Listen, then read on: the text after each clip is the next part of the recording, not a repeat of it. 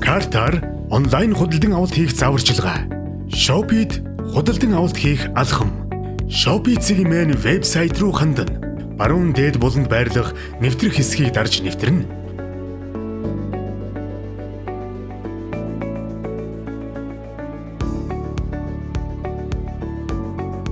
Өөрийн худалдан авах бараагаас сонгож сагсандаа нэмнэ.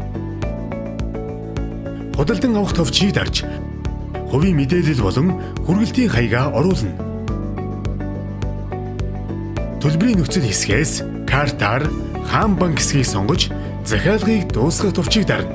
Төлбөр хийх цонхонд картын мэдээллээ оруулна. Хэрэв таны карт онлайнаар худалдан авах e-PIN кодгүй бол хаан банкны өөрт ойр байрлах ATM-д очиж аваарай. Гүйцэтгэх хийх товчийг дарж худалдан авах барааны төлбөрөө төлнө. Таны захиалга амжилттай хийгдлээ. Хаан банкны картаараа онлайн гүйцэтгэх хийгээрэй.